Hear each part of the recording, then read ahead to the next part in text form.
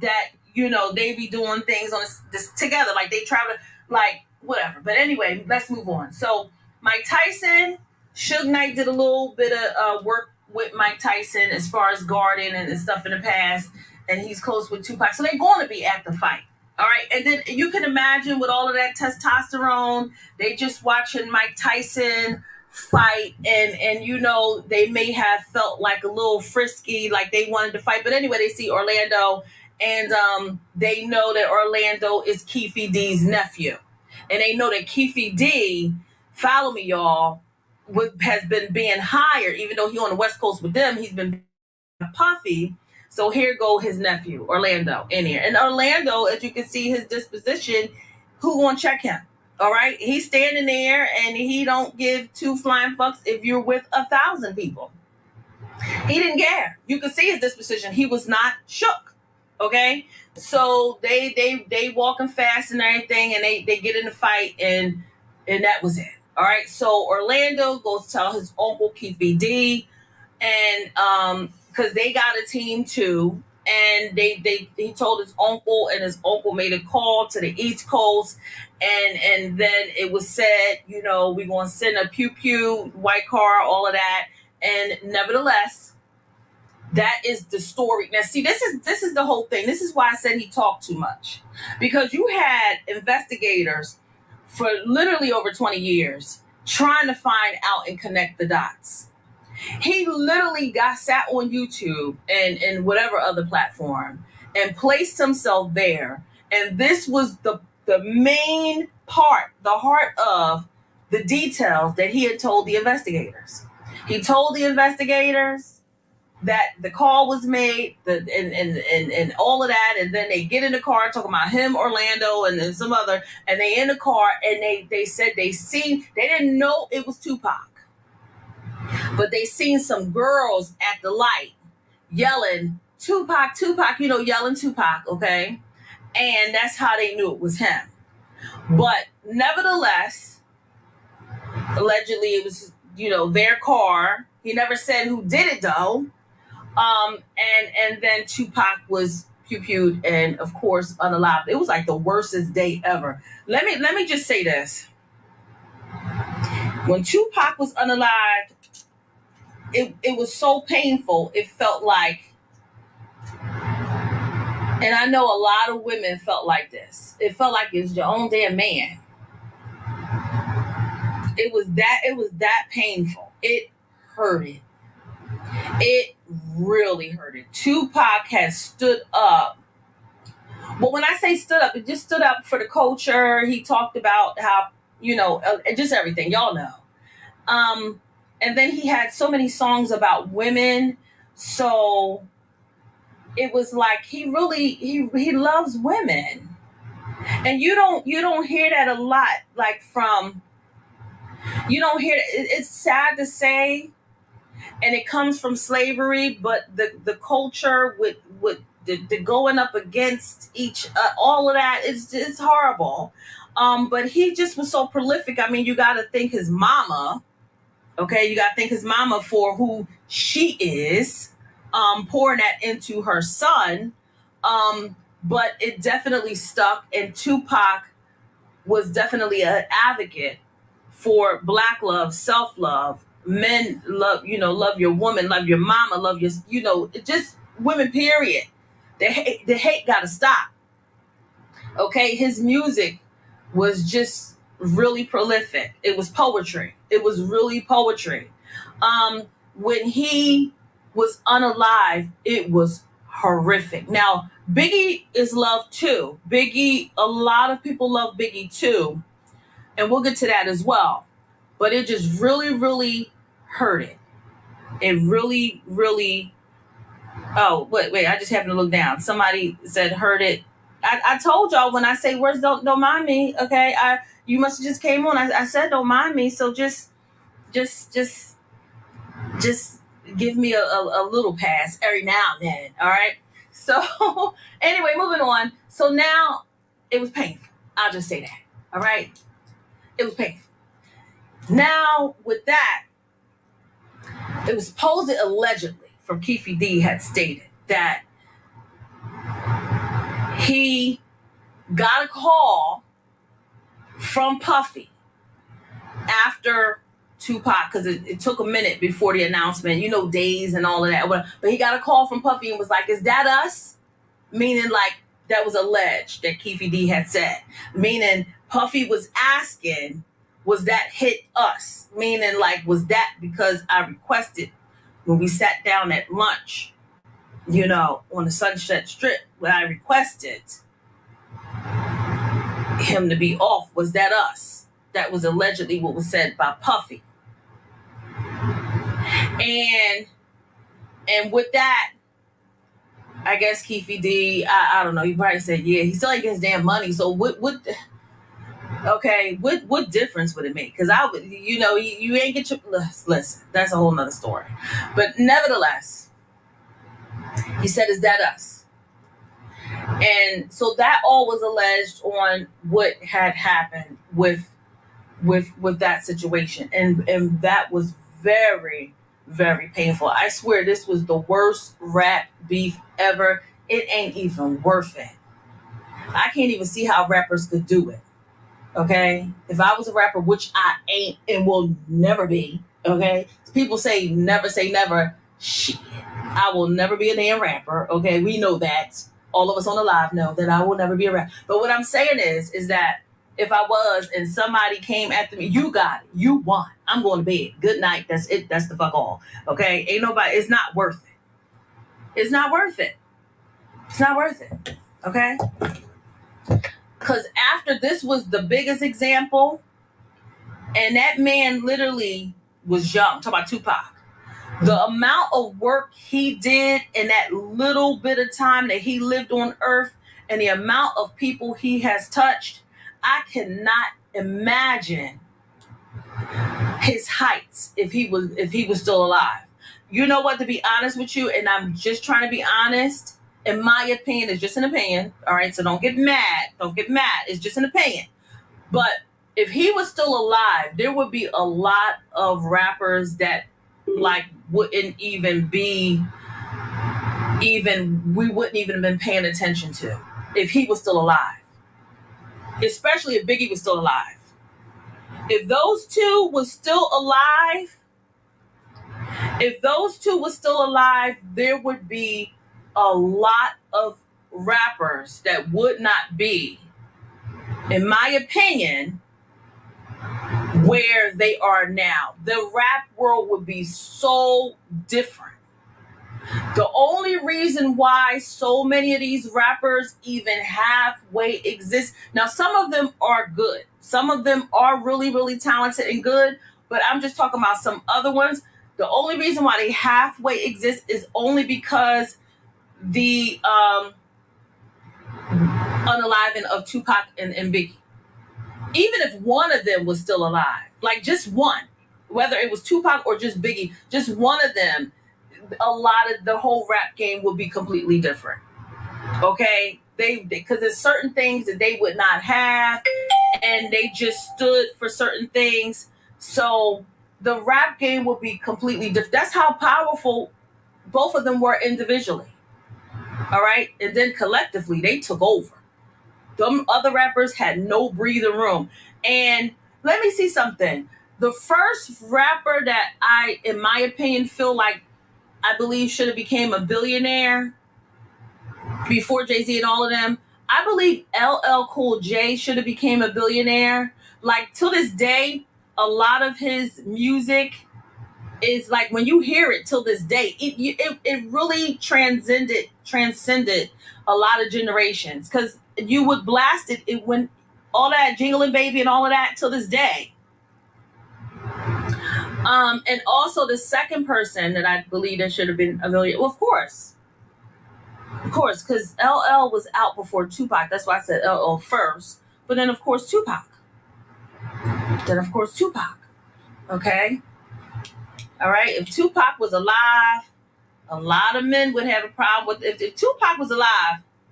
Now I love Beyonce and Jay-Z together, but I could tell you if Tupac was alive, she might have went with Tupac. You know, with Tupac and Poetic Justice.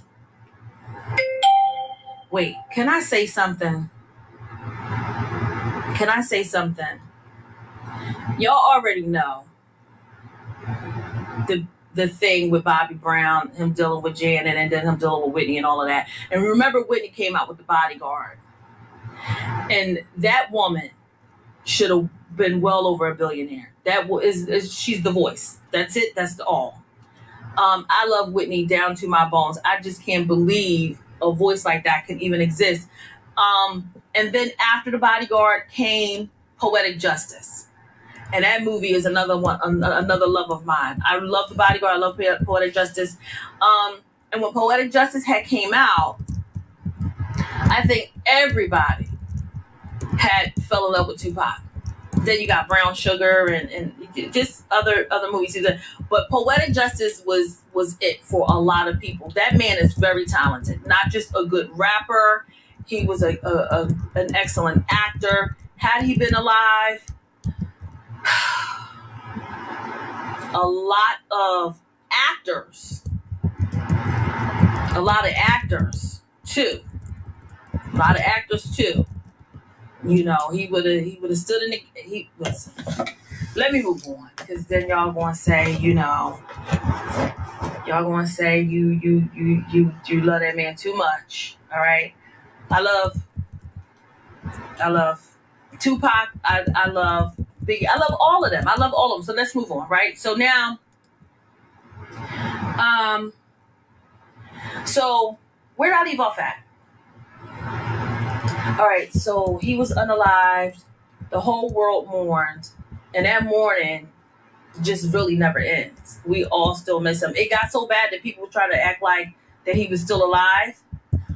So now let's move on. Now they're interviewing Biggie Smalls. Okay, they're interviewing Biggie Smalls because, you know, they begin to fight in the music world, right? I'm sorry, y'all. I'm pausing because I have to think. Because they were on tour talking about Biggie Smalls and Faith and all of them when Tupac came out, and he in one of his songs, it started from the beginning. You know, that's why I F your B, you fat MFer. And they were on tour when they heard that. And that was a big shock to their camp. And I know Faith was so embarrassed. I know she was so embarrassed at the fact that it came out like that. That she slept with Tupac while she was married to Biggie Smalls. Now everybody looking at her like she's crazy. Can I just say this one thing? And it's no excuse. It's no excuse at all. But Biggie Smalls, like I said before when I told this story, there's a lot of moving parts. And those other moving parts is called Little Kim. It's called Charlie Baltimore. And Biggie Smalls had his holes. I'm trying to find another way to say this. So Faith obviously, you know, was like, well, you know what? If this is the type of marriage we got, all right, you're not saying nothing slick to a can of oil, nigga, all right? I'm going to show you, you know, how to fucking cheat, all right? So she, you know, there was a witness who saw her come in with a hood on, a black hood on, and she went in the room with Tupac and all of that, more than one occasion at that, all right? So I guess she called herself cheating back. And that happens when a man, you know, he could dog a woman out. He could do whatever the hell he want. He could cheat with 1,000 women. And soon as she cheat back, and two wrongs don't make it right. Two wrongs, let me just make that clear. Two wrongs don't make it right. But soon as she cheat back, then he is just the most heartbroken. Now you wrong. But how the hell is both of y'all wrong? Both of y'all need count, y'all, whatever, okay? But it's always like that. All right, this man then cheated with 1,000 women, But this happened to be his enemy though. This happened to be his enemy, which made it worse. All right, so it was really bad in the camp for Faith, because here it is, you're not just his wife, you got his child. You can't just divorce you all got a child together, okay? And you slept with two like that, and he found out through the music. Well, they was both beefing back and forth, okay?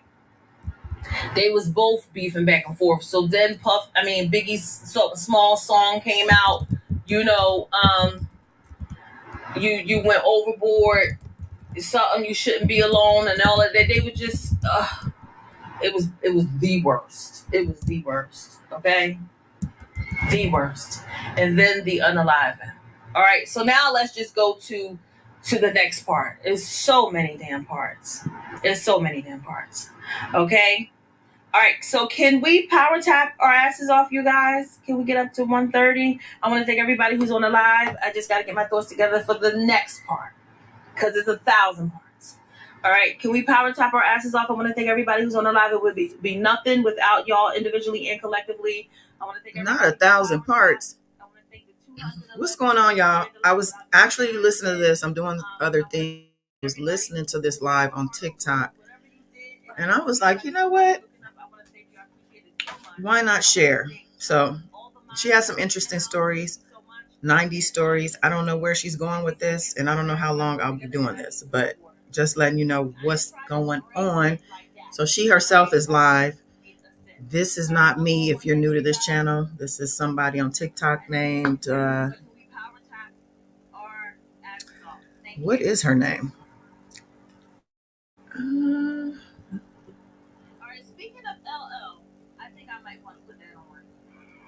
I'll get back to you with that. TikTok is a little different. But happy Sunday, y'all.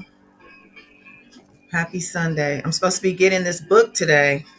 I see other people already jumped on it, reading the chapters and whatnot, but I am also going to do that. You don't have to look any further. Only thing is, I'm waiting on Amazon. I can't predict it. I can't call it. What's going up on LON, or is it Lon? LON, aka Lon. Good Sunday to ya. Tox popped in. Queen. Yeah, this was very spontaneous. So we're just seeing what this lady is talking about. I think she's taking a 1-minute break. I don't know where she's even getting some of this information, but initially she sounded like an insider. So I thought I'd pay a little more attention.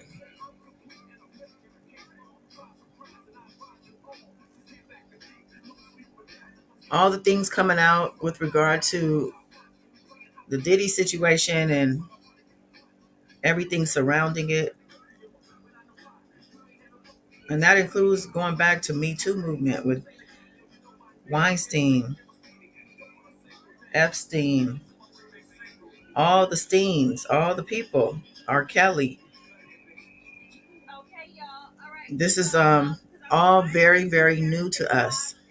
This is historical, actually, when it comes to. Here, let me continue. See what she's saying. Then I'm going to forget it later.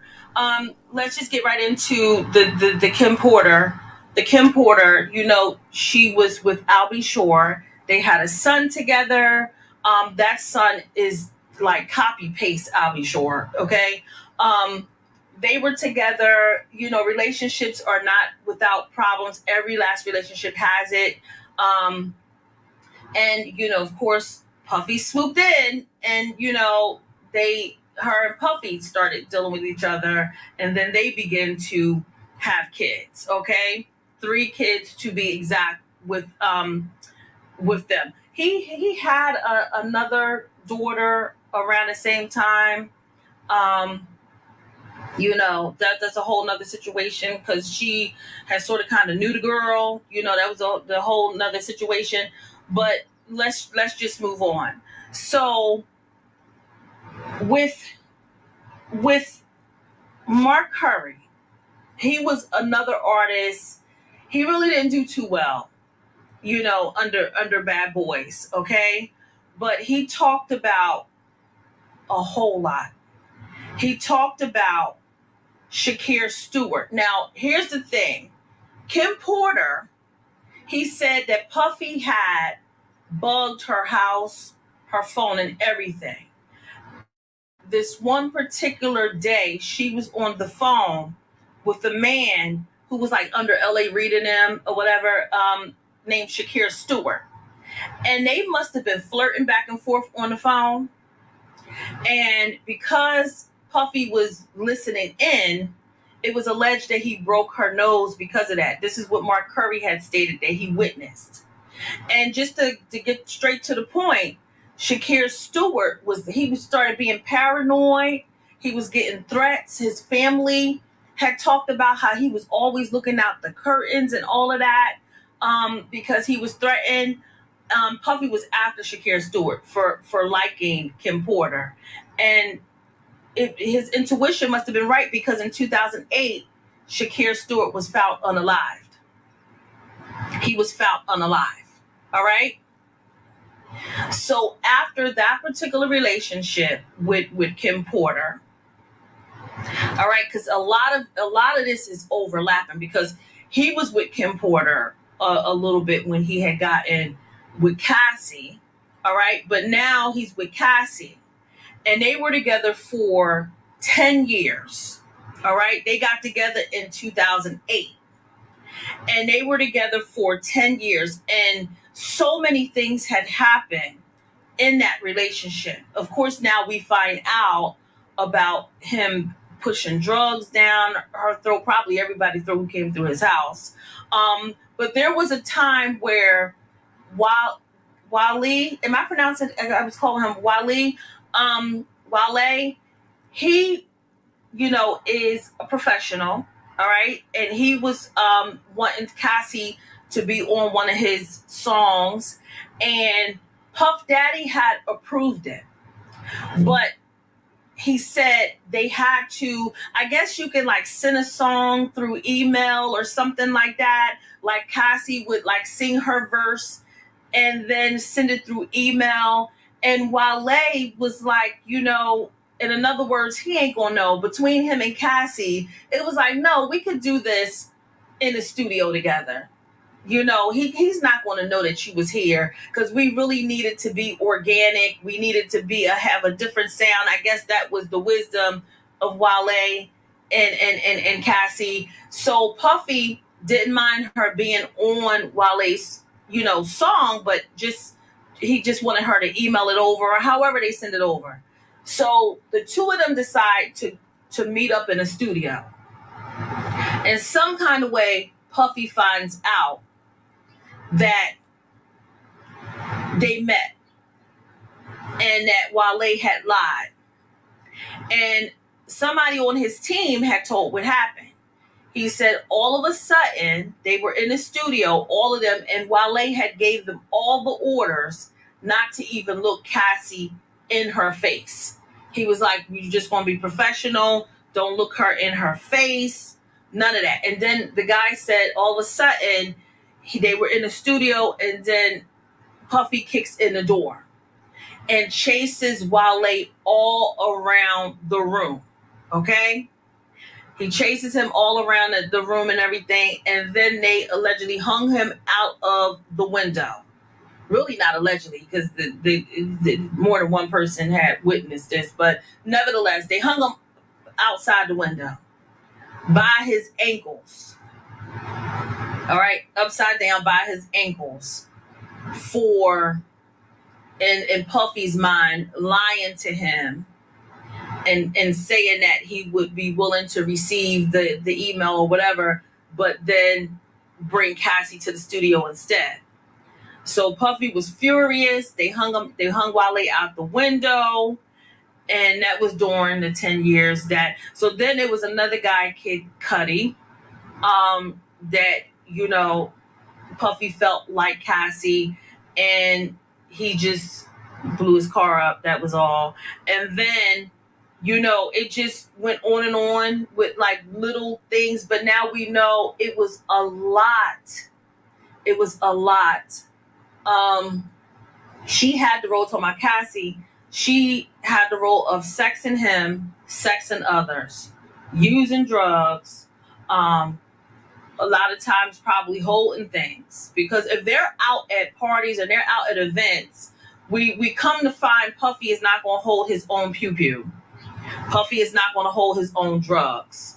Because if anybody get caught, he's not going to jail. We'll get to shine, but he's not going to jail. All right. So Cassie had this role. That was her role, right? That's the same role that Young Miami has now. The only difference between Jennifer Lopez, Cassie, and Young Miami and other women that we never even come to know about, because you see 50 Cent's baby mama walking with Puffy, okay?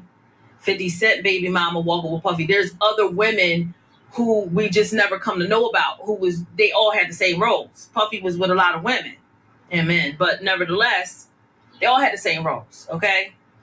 So Cassie,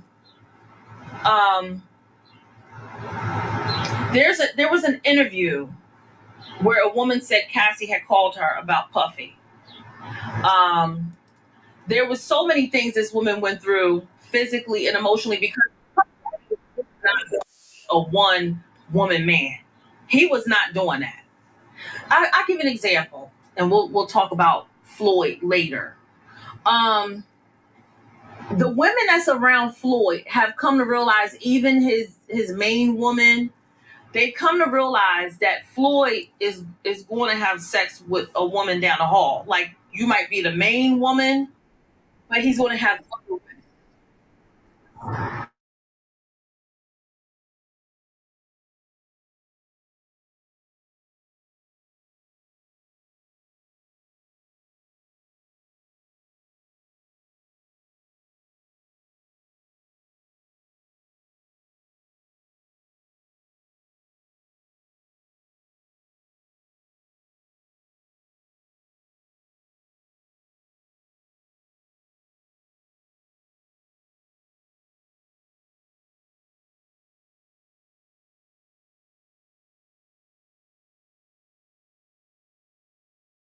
Imagine when Kim Porter and him was together,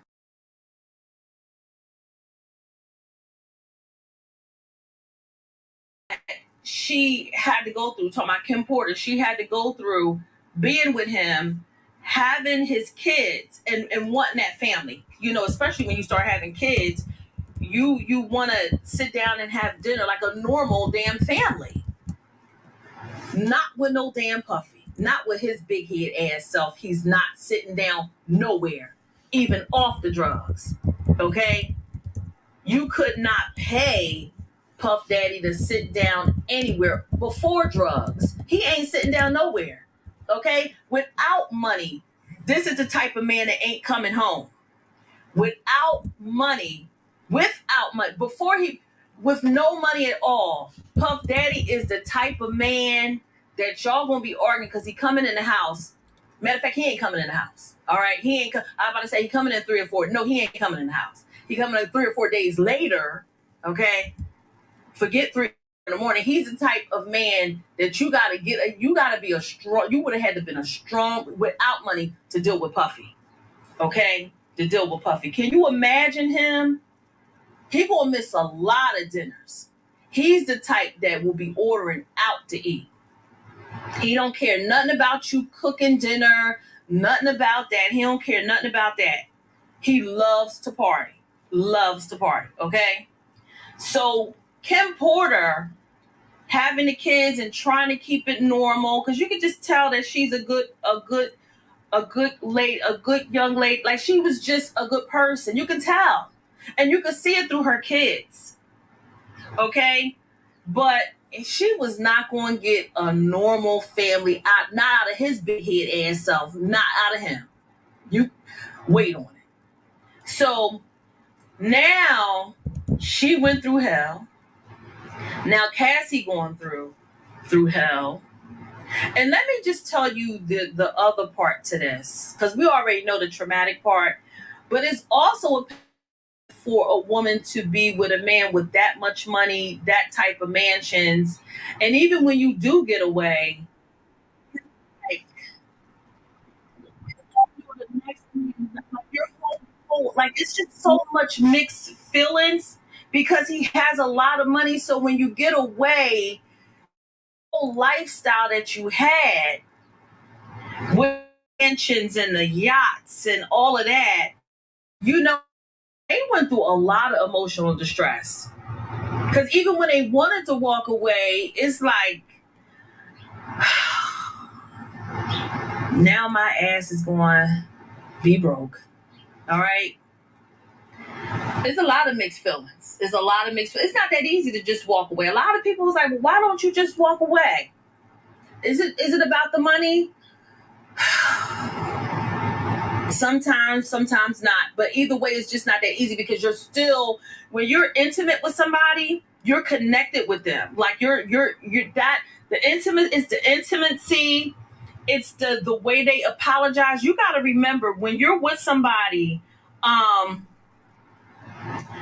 when you're with somebody that, okay, I'll give you a good example. Remember in the movie What's Love Got to Do with It, right? When Ike had Tina and the little boys, I don't know how I felt about that scene. Cause that little boy, he's like 3 years old, he was crying for real. That little boy was really, that was like, he was crying for real. And you could just, to me, you could just, like, like just play with a fake baby crying or something like that. That really stressed that little boy out when the two of them were fighting. He was screaming and crying for real. That really, I was ready to cry on that part. But after that scene when he had beat her up, remember when he bore her the roses and stuff like that or whatever, that's what they be doing. That's what they be doing. They'll and then they'll buy you, they'll shower you with all of this stuff, and you get confused. You get confused. So, really quickly, let me plug this in. Here we go again. But anyway, you get confused, okay? So it's just not, it's not that easy because they, after they, whip somebody, then they like, I'm sorry, I had too much to drink. That's not really me, but it was him the day before and the day before that and the day before that and the day before that. But it wasn't really me. I'm so sorry. I didn't mean it. I would never try to hurt you, but they didn't slept with your best friend and the person down the hall, and but I would never try to hurt you. And this is what I got. They got people coming in, serenading you with singing, and can you imagine how many people then sung to her and all kind of beautiful things that she had never seen, and sunrises and sunsets and all kind of things. The beauty. That's the confusion. That's the confusion because you're like, well, maybe he didn't mean it. Maybe he didn't mean it, and then you using his credit. He's letting you, and then you getting in all these beautiful cars and jets, and it's all confusion. It's sick and it's all confusion, and you're confused as hell. And that's worse. Mental sometimes could be worse than physical. But then compounded what you have in both physical and mental. Oh my God! No wonder why half of them want to jump off a damn bridge somewhere. Really quickly, I want to have a quick commercial, just in case anything happened. Which now I'm down to 5%. I never last from last night. I never went back out to the car to get the other charger because this charger is not charging. It just gave me a lot of charge because I had it on for hours on the charger, but I'm on 5%. So really quickly. So JC, yeah, I've talked about Jaguar, right? Pretty much plenty over here. She kind of, I think, I don't know if it was during the pandemic or right before, but she's been being proven right about a lot of things. And not to say every single thing she has said is 100% fact, but she seems to have been pretty accurate with some of the truths, okay? And we're really seeing it with this stuff coming out about Diddy. And I feel like there's more to come. There's more fallout. And so this is the actual live. As you can see, the comments are flooding in. This is a hot topic. And sometimes I'm like sick of it, but at the same time, it's still more, it's so much to it. Such a robust conversation to be had because there's so many moving parts and there's so many people involved. Yes, things I saw in her videos came out. Exactly. So people wanted to shame Jaguar because it does seem that she might have some mental health challenges, or it could be just that she's smoking on something or drinking something, making her do other things. And there's been other things that have happened that make you question her. But the girl don't be lying. I'm just saying, she might make some shit up and think it's the truth, but a lot of things I think she is telling the truth about, being a witness to.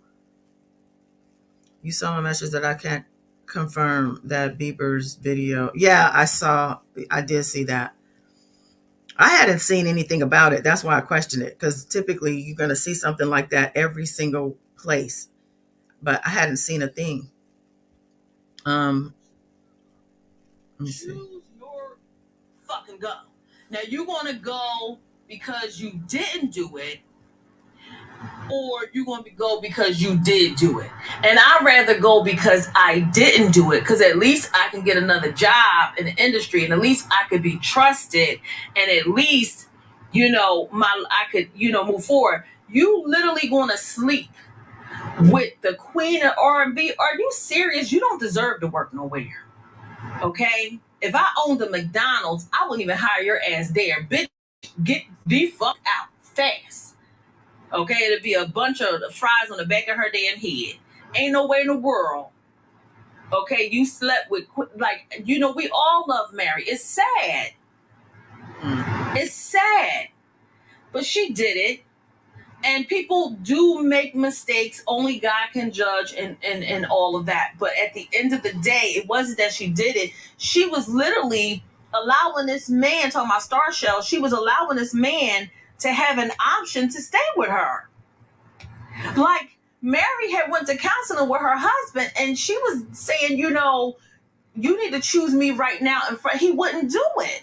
Because his thing is, I want to be with Star Shell. So Star Shell should have had this thing where, no, you can't be with me. She should have said right in front of Mary, I'm not interested in your husband. No, he can't be with me. She was leaving herself open to the option for this man to stay with her. And that had to be, Mary had trusted this man. Like, she married him because she felt safe because he was a pastor. That's a whole nother ass live. Okay? But that's why, hold on for 1 second. We on literally 2%. Oh my God. This is ridiculous. Girl, get your charger together. Happy Sunday, everybody. This is a TikTok live that's going on right now. And she was telling some good little 90s stories. So I thought I'd throw her on my live. She's kind of gone beyond that at this point, but now she got to go get her charger out the car.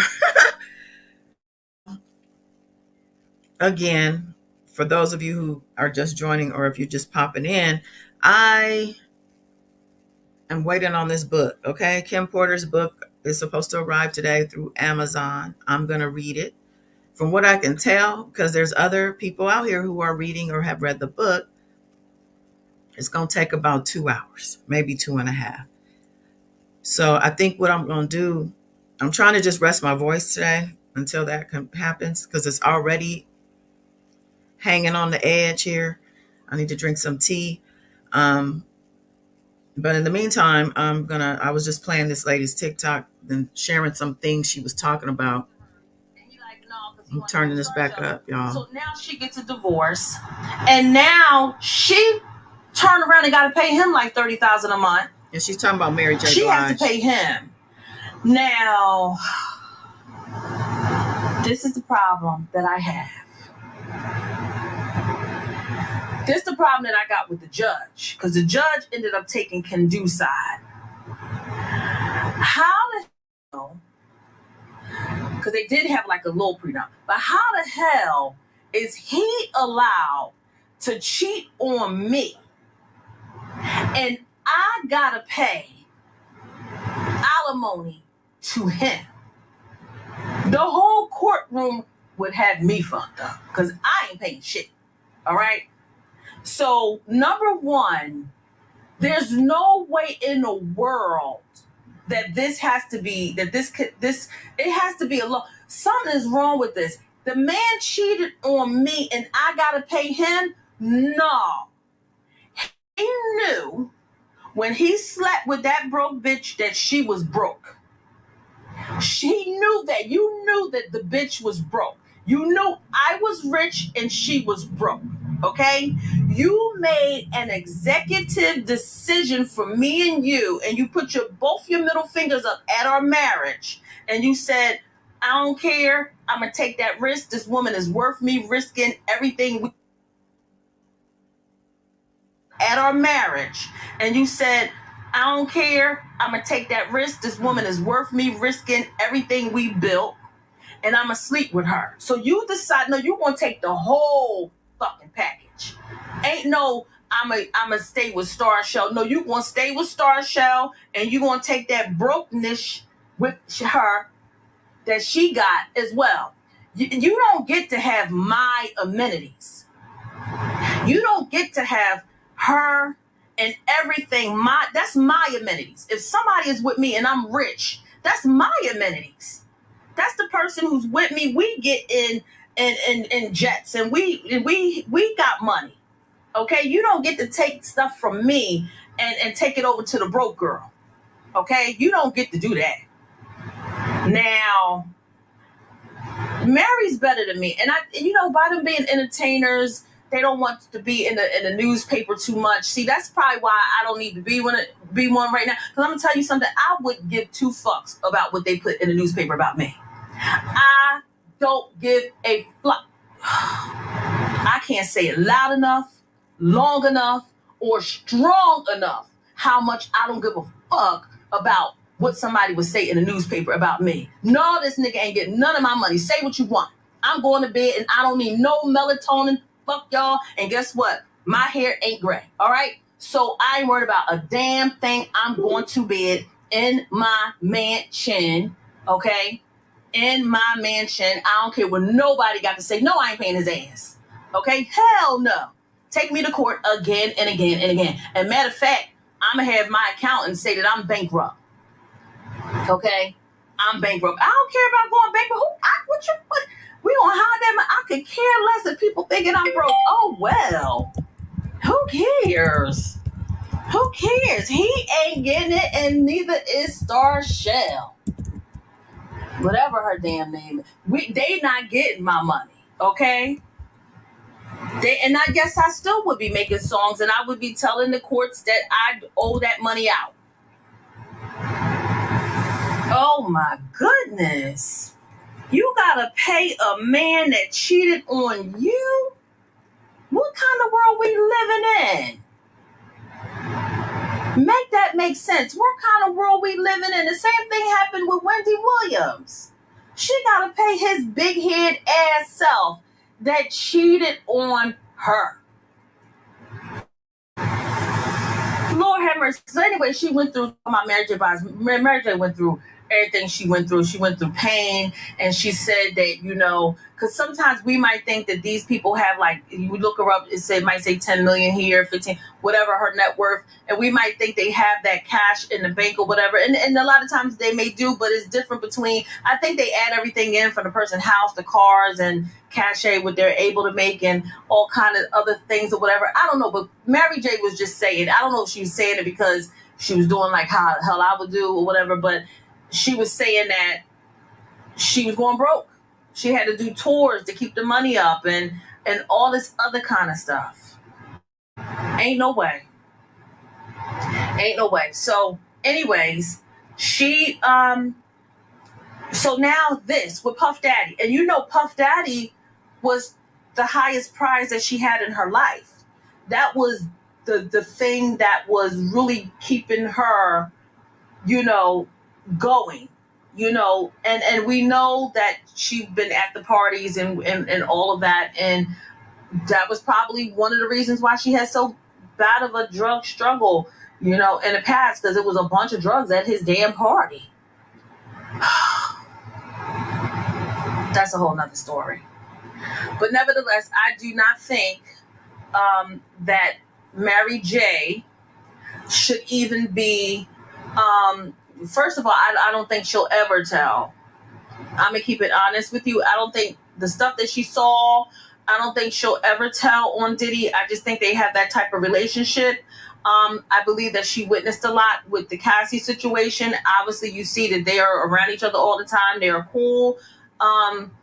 But and also Kim Porter's situation, I just believe that she just witnessed a lot with everybody and everything, and she would be a great witness. But I don't think she's going to ever tell. I don't think she's going to ever tell. Now, let's get to the book. All right. Now, Kim Porter, the recent book that had came out, Her Last Words and all of that. And there was a couple of things in that book that was supposedly alleged Puffy had slept with Mary and all that other kind of stuff. I think she just won't ever tell because that's just her character. Some people will, some people won't. And she's just one of those that's just, no, it's not worth it. It's not worth it. Okay. Young Miami seemed like, she reminds me of the song by Scissor Snooze. I'll touch that fire for you. I'll kill that bee. Young Miami is, she's young. She has just that type of personality. She has the same role as Cassie and Jennifer Lopez and all of them.